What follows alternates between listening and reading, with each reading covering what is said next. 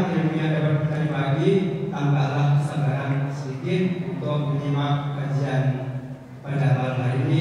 Mudah-mudahan Allah senantiasa memberikan berkah kebaikan bagi kita semuanya. Kepada Al-Ustaz Al-Mukarram, guru kita Dr. Andes Haji Bina Suida, sebagai wakil dan tempat dipersilakan.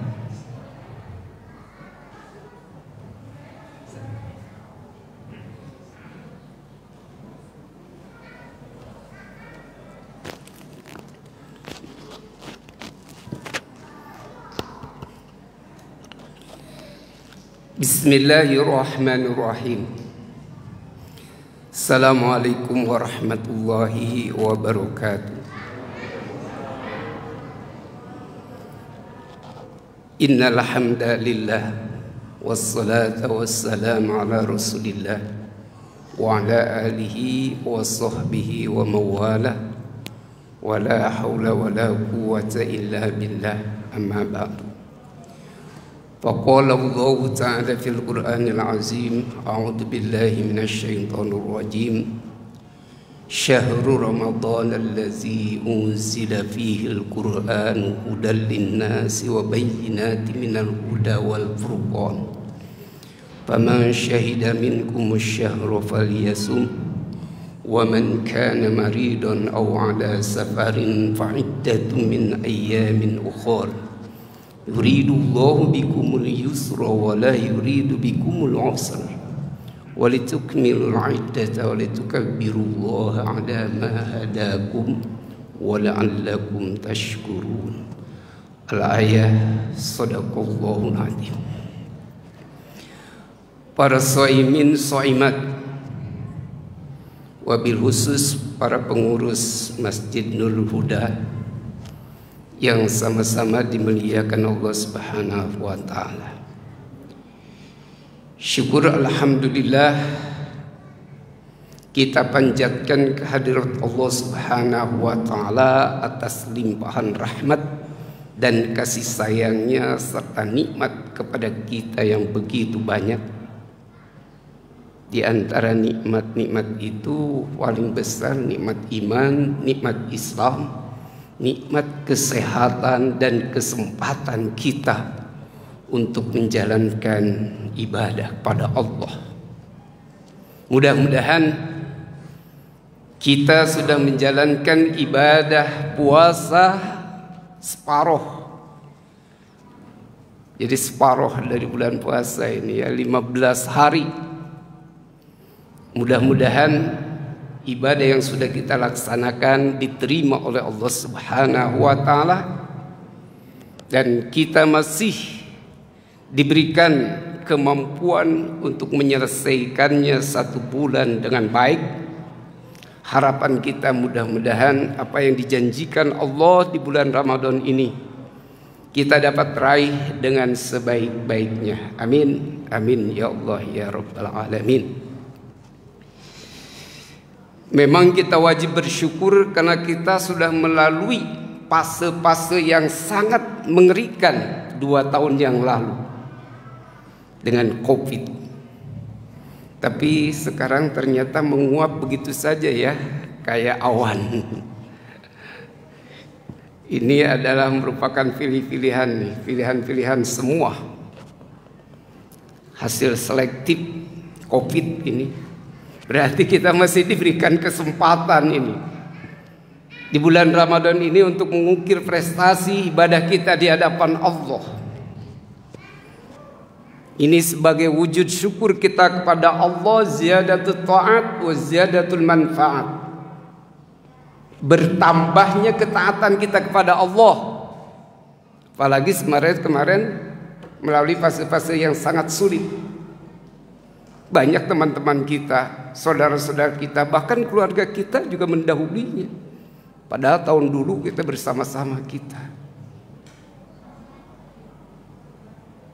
Maka oleh sebab itulah kita bukan sekedar meningkatkan ketaatan, tapi juga ziyadatul manfaat. Jadikan diri kita menjadi orang yang bermanfaat bagi orang lain. Itu sebagai ungkapan syukur kita kepada Allah. Tidak cukup dengan kita mengucapkan alhamdulillah. Wujud nyatanya tadi Ya alhamdulillah. Tapi kita sayang di sini yang banyak malah justru wanitanya ini. Bapak-bapaknya kemana ini? Baik. Dalam kesempatan ini kebetulan saya diminta untuk menerangkan sedikit daripada nuzulul Quran. Dan ini baru malam ke-16 ya. Biasanya umumnya itu 17, tapi tidak ada masalah. Kita sering setiap tahun kita mendengar bagaimana nuzulul Quran. Proses diturunkannya kitab suci Al-Quran. Atau kalau kita lihat, Allah memilih bulan Ramadan itu untuk diturunkannya Al-Quran. Ini penting kalau dikaji secara mendalam, tetapi mungkin sederhana saja sebetulnya. Karena memang Ramadan kalau dari segi bahasa atau lugawi kan membakar. Gitu. Tempat maksudnya Ramadan itu tempat pembakaran, tempat pengobatan, tempat penghapusan. Itu Ramadan. Makanya kalau Rasulullah menyebutkan bahwa Ramadan itu sebagai madrasah, tempat kita belajar, tempat kita mencari ilmu, sebagai universitasnya bagi kita yang orang-orang tua. Mungkin bagi anak-anak itu madrasah sanawiyah atau SD, SMA. Kalau kita tingkatannya sudah universitas. Kalau bahasa saya justru sebaliknya, tapi sama. Bahwa Ramadan itu ibarat rumah sakit. Kenapa? Karena untuk mengobati lahir batin kita. Ini kalau kita kaji. Makanya Al-Quran oleh Allah diturunkan, dipilih di bulan Ramadan. Kenapa? Karena di situ tempat pembakaran. Di situ kenapa? Karena ada perintah puasa. Kita nanti akan korelasikan antara fungsi daripada Al-Quran dengan juga manfaat daripada puasa itu. Kita tahu bahwa turunnya Al-Quran itu memang ada 2 fase secara kronologisnya. Yang pertama itu dari Allah ke Baitul Izzah, itu komplit 14 surat, 30 juz, 6.666 ayat. Itu yang banyak dibicarakan. Tapi ada juga yang mendapat berapa ribu ayat. Gak ada masalah, baca saja ya. Itu langsung sesuai dengan apa yang kita baca sekarang ini di dalam. Betulan di sini Al-Qurannya nggak ada, di sana ada. Sesuai dengan Al-Quran yang ada di sana. Tapi dari Baitul Izzah ke langit dunia ini diterima oleh Rasulullah SAW itu disesuaikan dengan kebutuhan dan jawaban pada saat itu. Kenapa surat Al-Alaq ayat pertama, wahyu pertama, padahal itu disimpannya di surat ke ratusan kesana atau 90-an kesana. Karena pada saat itu Rasulullah itu mencari Tuhan. Kenapa? Karena di sekitarnya mereka menyembah pada patung-patung. Bayangkan, Rasulullah menggunakan nalarnya. Kenapa mereka menyembah patung notabene yang dibuat oleh mereka itu sendiri? Nalar digunakan. Maka dia mencari siapa Tuhan yang sebenarnya.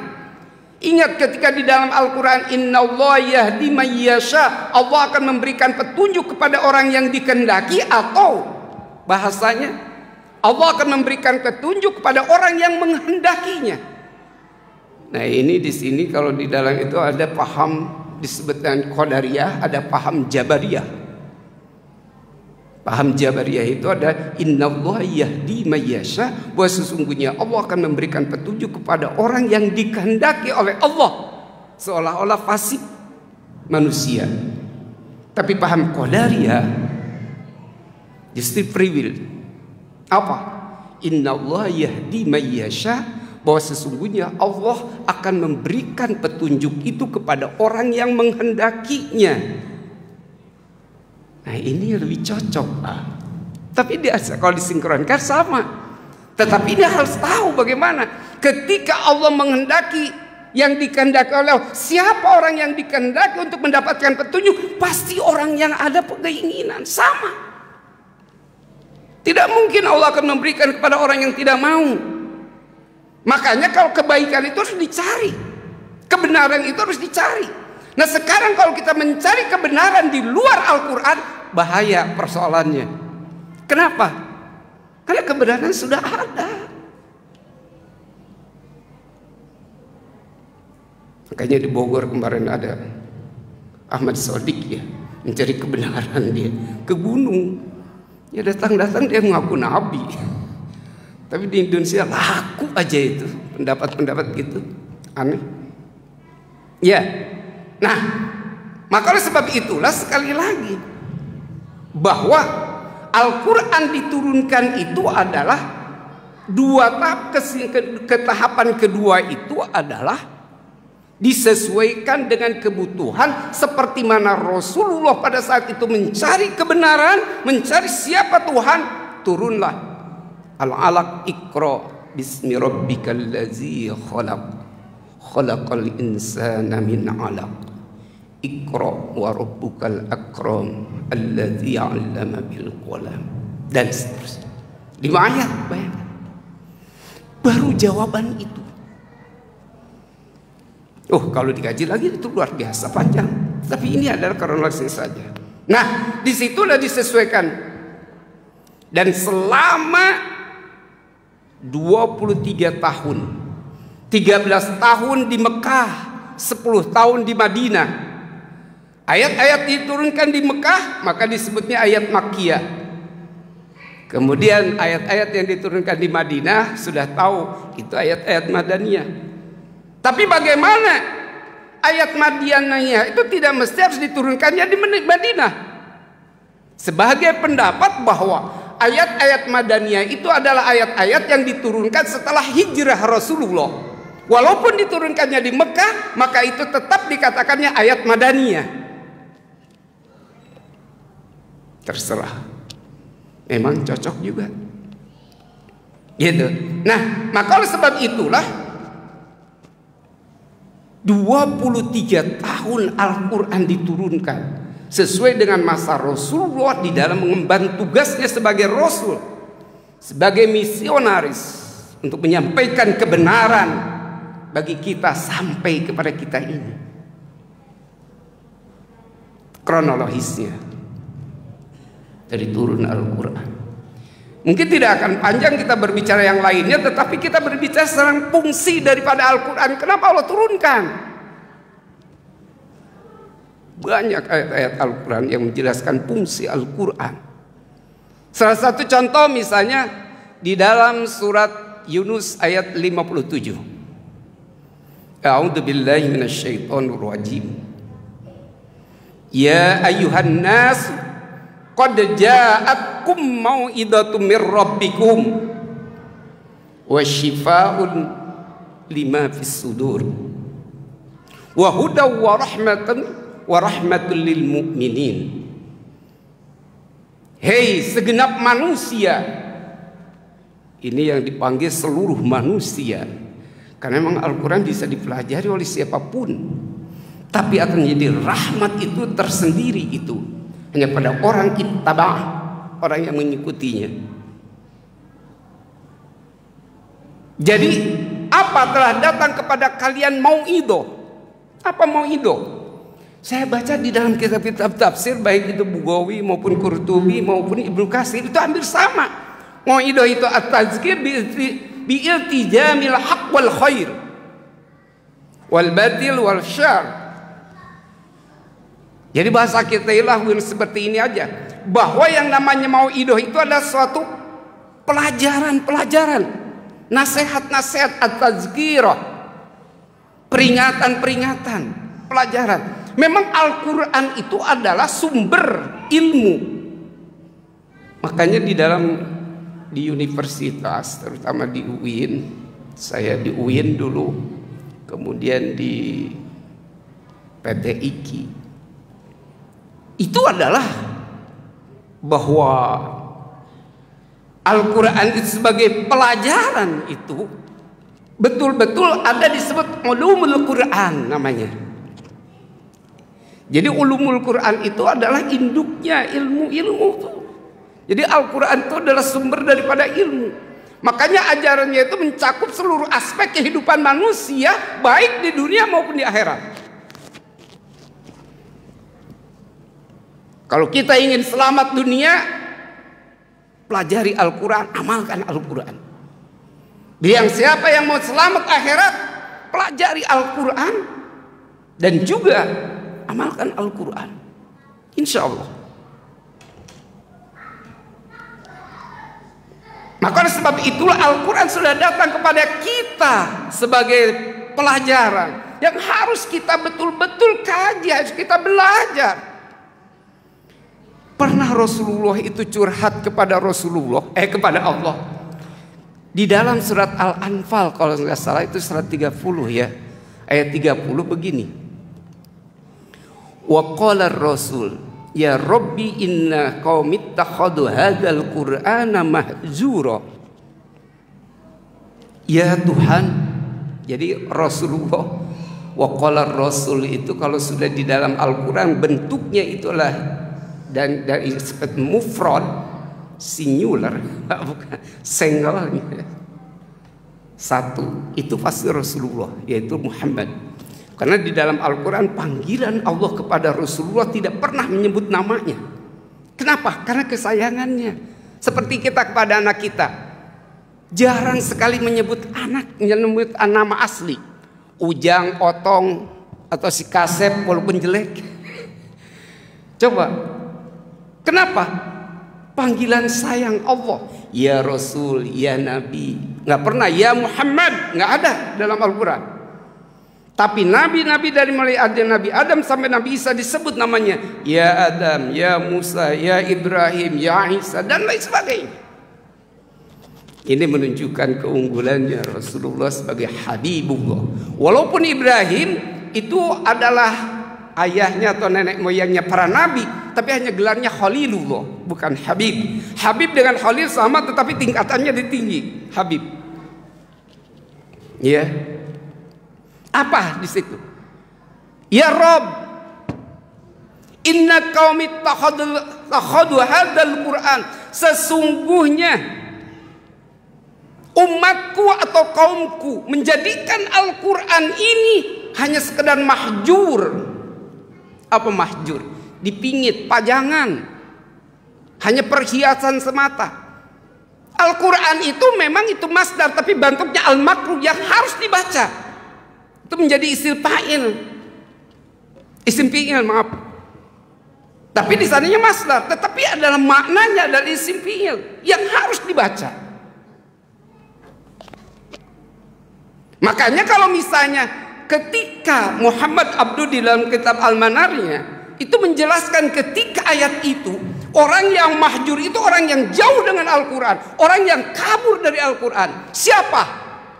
Yang pertama katanya, orang Islam dia tidak mengenal saja kepada fisiknya Al-Quran. Ketika ditanya, ini apa? Pada ini Al-Quran, dia tidak tahu. Itu nggak tahu. Ketika dibuka-buka, nggak tahu. Ini adalah tingkatan orang yang jauh dengan Al-Quran yang paling tinggi. Jadi ada orang Islam, tapi dia tidak mengenal Al-Quran. Ini kan keterlaluan namanya. Kecuali kalau dia di mana-mana jauh, dia hanya sekedar melihat. Ketika ditanyakan belum tahu sama sekali.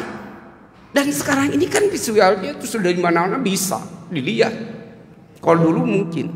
Nah ini kalau misalnya dalam situasi seperti sekarang ini, mesti ada orang Islam tapi tidak tahu, tidak mengenal Al-Quran saja. Ini udah keterlaluan.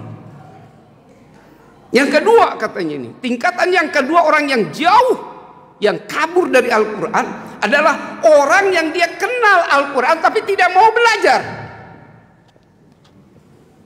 Jadi kalau orang misalnya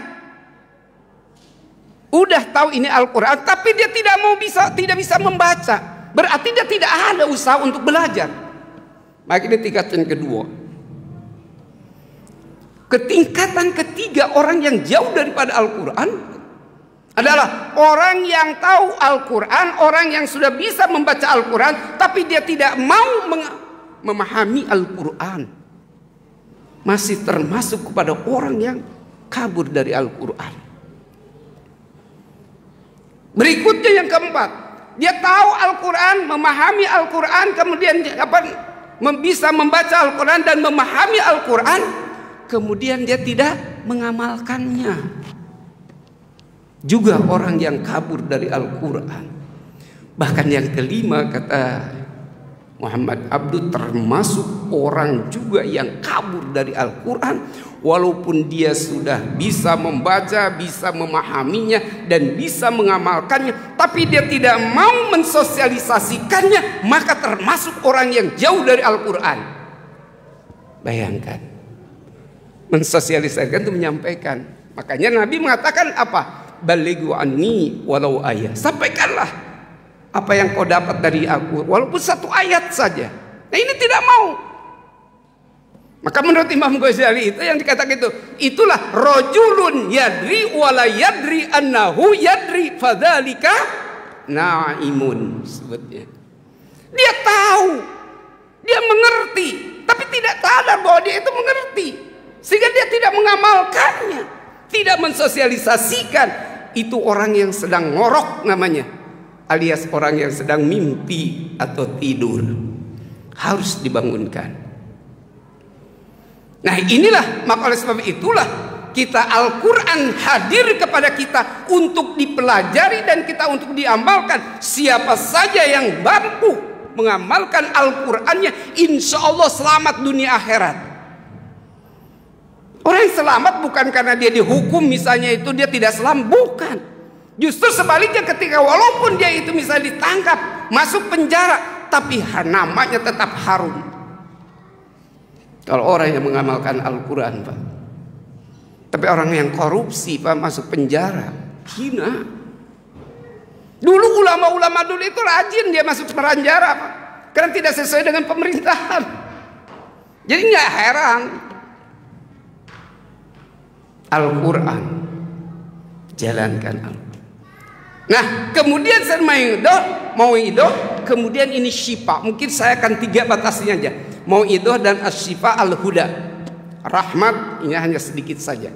Ini fungsi daripada Al-Quran itu adalah asyifa. Dalam ayat tadi pun disebut dengan asyifa. Kemudian di dalam surat Bani Israel juga itu ayat 82, wa nunazzilu minal qur'ani ma huwa shifaa'un wa rahmatul lil mu'minin wa la yazidu zalimina illa khasara. Tidaklah kami turunkan Al-Quran melainkan sebagai obat dan rahmat bagi orang-orang yang beriman. Apa di situ? Obat di situ li amradil qulub, untuk mengobati hatinya. Nah, di Ramadan ini kalau kita korelasikan tempat wadah pengobatan, obatnya secara fisik maupun secara lahir, puasa. Coba, puasa kalau kita gali itu luar biasa. Akan membongkar bagaimana hubungan kita dengan diri kita sendiri. Kadang-kadang kita tidak nyambung antara diri kita dengan dengan diri sendiri atau dengan jiwa kita sendiri. Dan di dalam bulan puasa itu betul-betul digali, dibongkar, untuk sampai kita menyadari diri kita ini siapa. Kadang-kadang kita tidak paham. Man anta, siapa kamu? Jawabannya apa? Bukan saya ini enda, bukan. Saya ini adalah seorang hamba. Kedudukan seorang hamba tidak punya hak apa-apa di hadapan Allah, hanya dia taat, patuh dan tunduk. Karena definisi hamba itu adalah orang-orang yang tidak pernah merasa memiliki apa-apa dan dimiliki oleh siapa-siapa, semata-mata milik Allah dan dimiliki oleh Allah. Itulah seorang hamba. Jadi kalau kita tidak pernah merasa memiliki apa-apa, semua yang ada pada diri kita ini hanya titipan Allah. Kullun ulaika kana mas'ula, kata Allah. Akan diminta pertanggungjawabannya titipan itu. Digunakan untuk apa? Maka oleh sebab itulah ketika kita puasa sampai kepada dataran yang tinggi, menyentuh kepada hati nurani kita, maka akan terciptalah suasana diri kita menjadi kondusif lahir dan batin, menjadi nyaman. Tidak ada lagi kebohongan, apalagi hoak zaman sekarang ini. Kenapa? Karena kita sekarang ini sudah apa tuh? Sudah sinkron antara diri kita dengan jiwa kita. Ini puasa sangat luar biasa. Puasa itu adalah alat untuk mencapai kepada tujuan. Tujuan kita di dalam puasa, bagaimana kita untuk menempatkan diri kita sebagai makhluk, sebagai hamba Allah. Kalau kita sudah paham benar, insya Allah. Makanya dalam satu hadis, man arafa nafsahu arafa rabbahu. Siapa yang betul-betul mengenal dirinya, maka dia akan pasti mengenal Allah yang sebenarnya. Kita kan belum bisa mengenal Allah secara langsung, secara benar. Pahami dulu kita ini, kedudukan kita siapa. Dalam puasa itu betul-betul kita coba bayangkan ketika kita puasa, kita tidak berani membohongi diri kita. Walaupun harta kita banyak, duit banyak, makanan ada, orang lain tidak ada, maka kita harus tunduk kepada Sang Pencipta kita, menunggu waktu sesuai dengan perintah Allah. Padahal kalau kita tidak sadar, buat apaan? Ini untuk menyadarkan diri kita bagaimana berhubungan kita dengan diri kita sendiri. Di dalam Al-Quran itu diterangkan semacam itu. Kemudian di dalam puasa pun itu sebagai obat itu untuk membongkar bagaimana hubungan kita dengan Sang Penciptanya. Itu di dalam puasa kalau kita kaji. Sehingga kita merasakan kedekatannya. Wa idza sa'alaka 'ibadi anni fa inni qarib ujibu da'watad da'i idza da'an falyastajibu li wal yu'minu bi la'allahum yarshudun. Ayat ini dihafid dengan 3 ayat berbicara Ramadan, 1 ayat setelahnya berbicara Ramadan, tapi dia di ayat 185 itu tidak berbicara Ramadan. Ini menunjukkan apa? Ini pemahaman bahwa orang-orang yang berpuasa di bulan Ramadan itu Allah sangat dekat sekali dengannya. Makanya wahai Muhammad, bahasa kasarnya Allah tidak pernah menyebut namanya. Bahasa kita nih, ya Muhammad atau ya Rasul, bila hambaku bertanya kepadamu tentang aku di bulan Ramadan, jawab, aku ini dekat sekali. Ingat, kedekatan Allah dengan diri kita itu lebih dekat daripada leher kita atau urat leher kita sendiri. Menyatu, bisa saja. Ittihadiyah disebutnya. Nah, ini menunjukkan apa? Ketika kita berhubungan dengan Allah itu sangat luar biasa. Maka ketika hati kita sudah betul-betul diobati di bulan puasa itu menjadi sehat. Jangankan sholat wajib, jangankan puasa wajib, sholat sunnah, puasa sunnah pun merasakan nikmatnya. Tapi kalau hatinya rusak, hatinya berpenyakit, jangankan yang sunnah, yang wajib saja pokoknya sudah tidak enak. Maka oleh sebab itu puasa itu untuk membangun dan membongkar bagaimana hubungan kita dengan Allah itu menjadi dekat sekali. Kalau kita sudah dekat dengan Allah itu nikmat, tenang, tentram, damai. Dalam surat Ar-Ra'd, alladzina amanu wa tatma'innu qulubuhum bi dzikrillah. Ala bi dzikrillah tatma'innul qulub. Orang-orang yang beriman, yang merasa senang, nikmat, nyaman kehidupannya di dunia ini, bukan karena banyaknya harta kekayaan, bukan hanya banyak karena tingginya jabatan, bukan karena korelasinya itu adalah orang-orang gede, tapi dengan dekatnya dengan Allah. Ala bizikrillahi tatmainnul qulub. Ingat, dengan dekatnya kalian dengan Allah, maka merasakan akan ketenangan, kenyamanan, dan kedamaian. Kemudian juga Al-Quran turun sebagai syifa.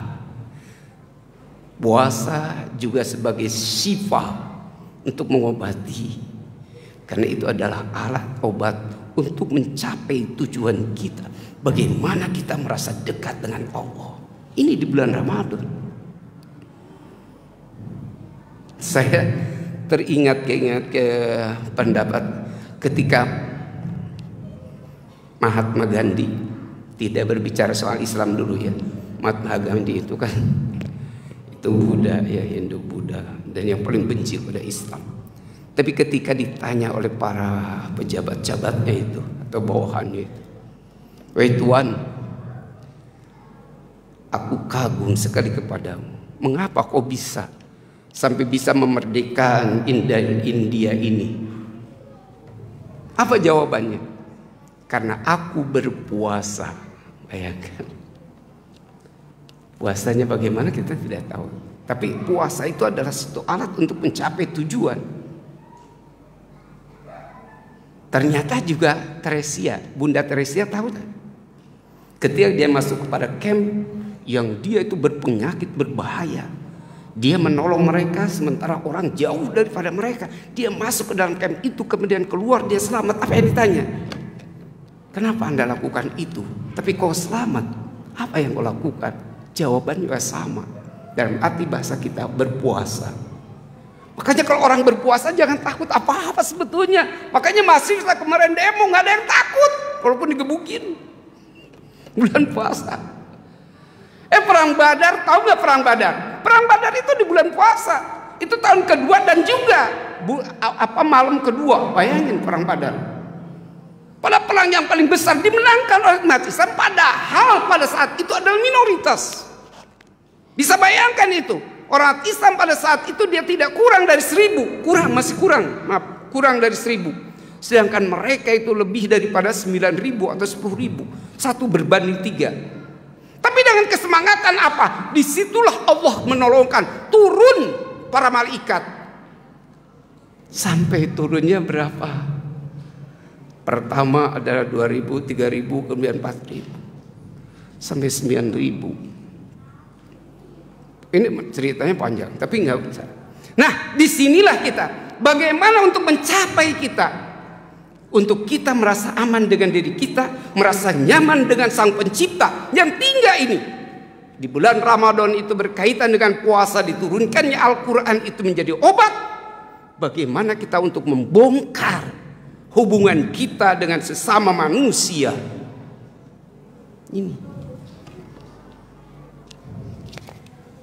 Ini sampai jam 12. Tadi saya tanya Ustaz Ali, kira-kira berapa menit? Bebas kata semuanya. Karena saya di situ juga kemarin tuh di Bank Mandiri, ini juga nujul ukuran juga. Tapi anehnya berapa? 7 menit. Coba nerangkan apa? Saya nerangkannya petunjuk doang. Nah, kita coba pending dulu yang satu ini. Bagaimana kita hubungan kita dengan sesama manusia. Makanya di dalam puasa itu kita diberikan lapar supaya apa? Supaya ada kita ini kepedulian sosial. Makanya akhirnya kenapa diwajibkan kita untuk mengeluarkan fitrah? Supaya apa? Supaya ada manfaatnya bagi orang lain. Itu sebetulnya kalau kita kaji. Tapi ini kan panjang kalau dikaji. Nah, kita pending dulu itu sedikit. Nah, sekarang fungsi Al-Quran ini yang penting juga ini sebagai hudan. Apa hudan? Hidayah. Hidayah itu apa? Sulukun ila tariqil ibadah. Yang namanya ibadah itu adalah merupakan jalan, baru jalan itu menuju ibadah. Artinya apa? Ibadah itu tidak sembarangan, harus ada petunjuknya dulu dari Allah. Kenapa? Al-aslu fil ibadah mamnuun illa ma kataballahu wa rasuluh. Asal mulanya ibadah itu diharamkan kecuali apa yang diperintahkan oleh Allah dan juga Rasulnya, baru. Maka disitulah hidayah itu pemberian Allah, tidak dari siapa-siapa. Tapi menurut Imam Ghazali bahwa hidayah itu ada 5 Pak tingkatannya. Ini pemberian Allah, bukan dari manusia. Yang pertama hidayah apa? Hidayah goriziyah. Apa hidayah goriziyah? Itulah yang disebut dengan naluri, insting, insting, kemudian juga tabiat, watak. Dan ini bukan sekedar kepada manusia, tetapi seluruh makhluk termasuk binatang diberikan oleh Allah hidayah goriziyahnya itu. Sama. Jadi jangan dikira kalau misalnya kucing dipukul tidak sakit, sama. Itu naluri. Ketika mau dilempar dia lari, takut, itu naluri, bukan punya otak. Yang kedua hidayah menurut Imam Ghazali itu adalah hidayah sahsiyah, hidayah panca indera. Dan itu pun tidak diberikan kepada manusia saja, tapi binatang pun dia diberikan. Bahkan binatang lebih tajam daripada diri kita. Tapi yang membedakan antara binatang dengan manusia di dalam hidayah yang ketiga ini disebut hidayah akliyah, hidayah akal. Binatang tidak diberikan akal, hanya diberikan nafsu. Manusia dia adalah makhluk, apa disebut dengan makhluk kompleksitas, karena dia diberi nafsu, diberikan akal. Nah maka oleh sebab itu yang membedakan antara akal dengan binatang adalah akal. Makanya kalau di dalam ilmu logika atau dalam bahasa Arab disebut ilmu mantik, itu ada penjelasan al-insan hayawanun natik, bahwa manusia itu binatang, cuman binatang yang berpikir. Apa maksudnya? Kalau manusia tidak mau berpikir, apa bedanya dengan binatang? Makanya di dalam surat Al-A'raf ayat 79 kalau tidak salah, walaqad dara'na di jahannam katsiran minal jinni wal insi lahum qulubun la yafqahuna biha walum a'yunun la yubsiruna biha walum adanu la yasma'una ulaika kal an'am bal hum adall ulaika humul ghafilun. Sungguh kami akan memenuhi neraka jahanam itu dari golongan jin dan manusia yang bagaimana? Punya akal tapi tidak digunakan nalarnya untuk baik. Punya pendengaran, punya penglihatan, tapi tidak sesuai dengan fungsi apa yang diharapkan oleh Allah. Ulaika kal an'am. Apa bedanya dia dengan binatang? Balhum adall, bahkan lebih hina, lebih dahsyat lagi daripada binatang. Siapa orang itu? Humul ghafilun, orang yang lupa kepada Allah, lupa terhadap akhirat itu. Jadi disinilah hanya baru membedakan antara diri kita dengan binatang. Kemudian hidayah yang keempat itulah hidayah diniyah namanya. Ini isi daripada Al-Quran. Apa hidayah diniyah? Adalah hidayah agama. Dan ini yang akan membedakan orang yang berakal dengan orang yang beragama. Orang yang berakal belum tentu beragama, tapi orang yang beragama pasti orang berakal. Kenapa? Karena Nabi mengatakan, ad-din wal aqlu la dina liman aqlalah. Agama itu adalah akal. Tidak akan beragama orang yang tidak berakal. Makanya kalau misalnya orang yang tidak berakal, tidak wajib dia itu untuk memegang agama bebas. Ini panjang kalau diteruskan ya. Satu lagi aja karena waktunya insya Allah. Nah yang kelima ini puncaknya hidayah dari Allah, disebut hidayah taufikiyah namanya. Hidayah taufikiyah itu adalah hidayah dia diberikan kemampuan untuk melakukan segala kebaikan-kebaikan sesuai dengan perintah Allah. Makanya di dalam surat Yunus disebutkan, Qul bifadlillahi wa birahmatihi fabidzalika falyafrahu huwa khairum mimma yajma'un. Sampaikan oleh engkau Muhammad kepada mereka bahwa sesungguhnya yang harus kamu bahagia dan senang itu bukan karena diberikan harta, bukan diberikan jabatan, bukan diberikan kedudukan, tapi diberikan kemampuan kamu untuk menjalankan perintah Allah. Itu disebut tauhid. Jadi diberikan kemampuan untuk berbuat kebajikan jauh lebih besar nilainya daripada harta yang kalian kumpulkan itu. Coba sekarang ini, rakaatani minal fajri khairum minad dunya wa ma fiha. Coba artikan. Ini pandangan Allah menurut Rasulullah. 2 rakaat sholat subuh nilainya lebih besar daripada dunia ini beserta isinya. Bayangkan. Jadi kalau kita sholat subuh saja itu orang kaya bahasanya di sisi Allah.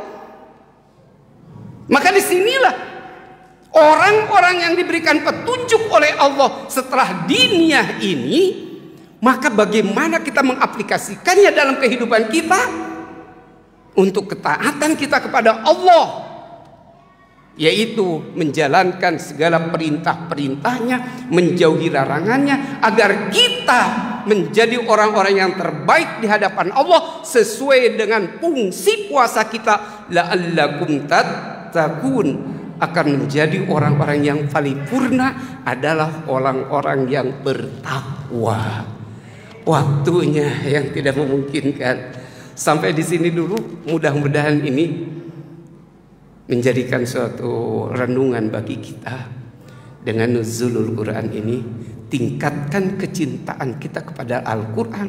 Bukan sekedar kita mau membacanya, tapi coba sedikit-sedikit kita memahaminya dan juga kita untuk diamalkan seterusnya. Insya Allah kalau kita ada puasa dikolaborasikan dengan turunnya Al-Quran, maka itulah akan tercipta tadi bagaimana hubungan kita dengan diri kita menjadi baik, bagaimana hubungan kita dengan Allah juga menjadi baik, hubungan kita dengan sesama menjadi baik. Mudah-mudahan menjadi insan kamil, itu disebutnya insan paripurna. Makanya orang-orang seperti itu akan terjadi suasana yang kondusif dalam dirinya, lahir dan batin. Mohon maaf bila ada kesalahan dan kekurangannya.